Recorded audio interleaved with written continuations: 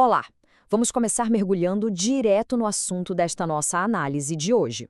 A gente vai descascar as camadas da realidade, focando exatamente no que está descrito no primeiro capítulo da obra fascinante de Eric Alzami, Os Corpos e Suas Dimensões.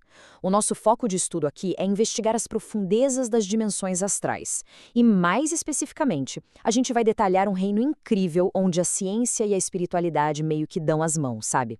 A misteriosa segunda dimensão astral. É um estudo que, com certeza, convida todo mundo a rever absolutamente tudo que a gente considera sólido e real.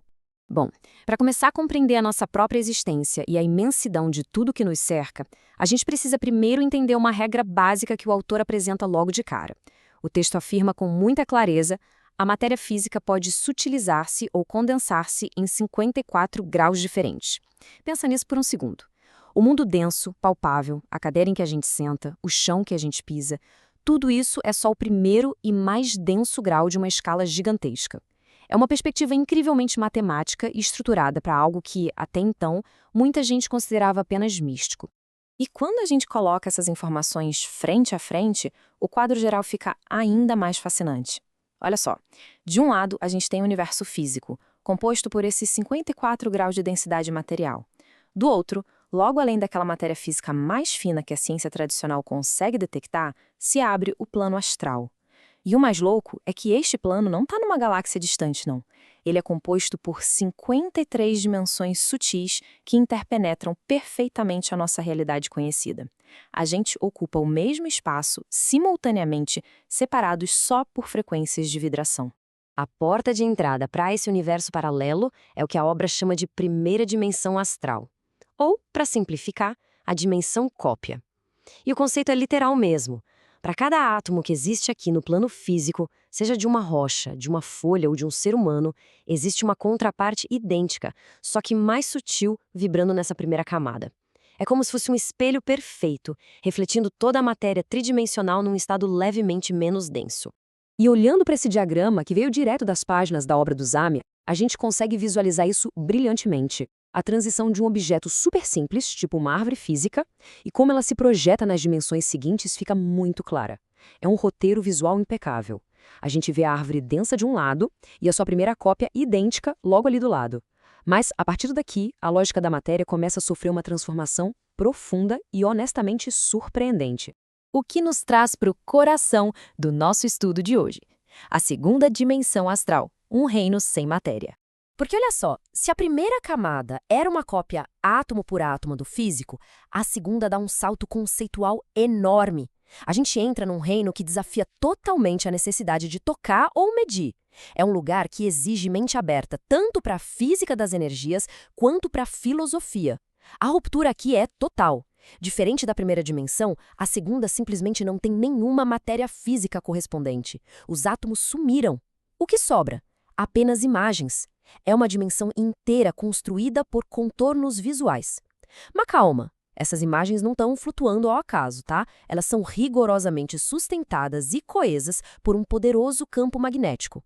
É o tipo de ideia que traz aquele silêncio reflexivo, sabe? A substância densa que forma o nosso dia a dia desaparece por completo nessa faixa da realidade. A gente deixa para trás o peso, a gravidade tradicional, a massa. O que sobrevive, o que continua existindo nesse espaço sutil, é só a forma puramente visual e o eco magnético daquele objeto original. É quase como se a própria memória da forma fosse mais real do que a matéria que criou ela em primeiro lugar. Voltando os olhos de novo para aquele diagrama, mas focando agora no lado direito, essa teoria ganha contornos cristalinos. Reparem na árvore que representa a segunda dimensão. Ela não é mais preenchida com toda aquela textura detalhada, né? Ela é só o contorno, o arquétipo puro. Absolutamente cada coisa física que a gente conhece está mapeada lá exatamente desse jeito, como uma imagem sem peso, limitada e definida unicamente pelas propriedades do magnetismo que ainda pulsa na matéria sutil. Aí entra a pergunta de $1 milhão. Como é que a nossa consciência interage com tudo isso? Como um ser humano experiencia um mundo feito só de imagens magnéticas? A resposta de Uzami está no que ele chama de psicossoma, o nosso primeiro corpo astral. O psicossoma é basicamente o nosso veículo por lá. Ele é a cópia errata do nosso corpo físico e é ele quem abriga a nossa consciência inteletiva durante o sono ou nas chamadas projeções astrais. É vestindo esse corpo que a mente da gente desperta na segunda dimensão. E para não deixar isso só na teoria, vamos ver como isso funciona na prática. O desdobramento consciente, uma experiência humana.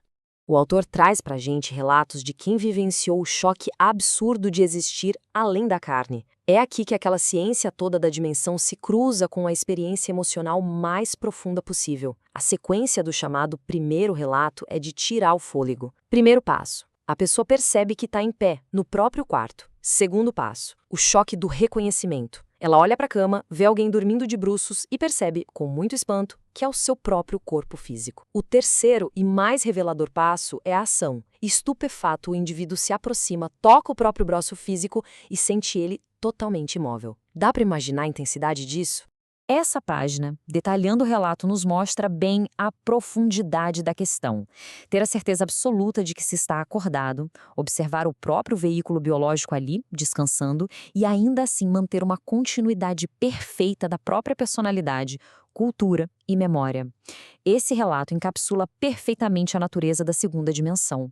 É sobre existir como uma imagem consciente e lúcida, observando passivamente um mundo denso que foi momentaneamente deixado para trás. E aqui está a descoberta mais marcante do relato, que o texto explica brilhantemente. Como é que uma imagem pode tocar um braço físico? A citação diz: apesar de estar vendo uma imagem, ele poderia tocar seu corpo e senti-lo, pois esta imagem também possui o campo magnético do corpo físico. Gente, isso é uma quebra de paradigma fenomenal. A ponte que permite a interação entre essa imagem fantasmagórica e a carne adormecida não é a força bruta, é o eletromagnetismo sutil. Então, a função do campo magnético nessa segunda dimensão atua como um verdadeiro tradutor de sensações. É ele que carrega todas as características do corpo físico lá para o corpo astral. É exatamente o magnetismo que permite ao projetor sentir a textura da pele do braço. É ele que retém a percepção de temperatura. O cenário pode até ser totalmente imaterial, um espaço completamente vazio de átomos densos, mas as sensações físicas, vitais, são perfeitamente preservadas por essa aura magnética super complexa. Tudo isso nos leva a uma compreensão muito, mas muito mais ampla: o eco magnético da realidade. Entender como essa dimensão específica funciona altera completamente as bases de como a gente percebe as coisas. Força a gente a repensar o que de fato é sólido ou tangível.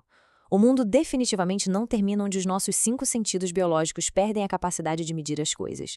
A realidade é imensamente maior. A estrutura que o Eric Zame descreve sugere uma arquitetura de uma beleza e complexidade enormes. Esse nosso mundo físico, os prédios, as ruas, os nossos corpos densos, tudo isso é só a casca, é só a camada exterior que continuamente projeta uma marca magnética persistente, uma espécie de sombra luminosa nas dimensões invisíveis ao nosso redor. Tudo, absolutamente tudo, deixa um eco.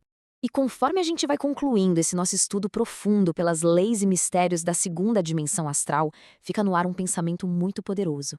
Se toda essa matéria que a gente tanto acumula e toca pode simplesmente desaparecer, deixando para trás apenas uma imagem e um eco magnético, o que é, em essência, que define a nossa realidade?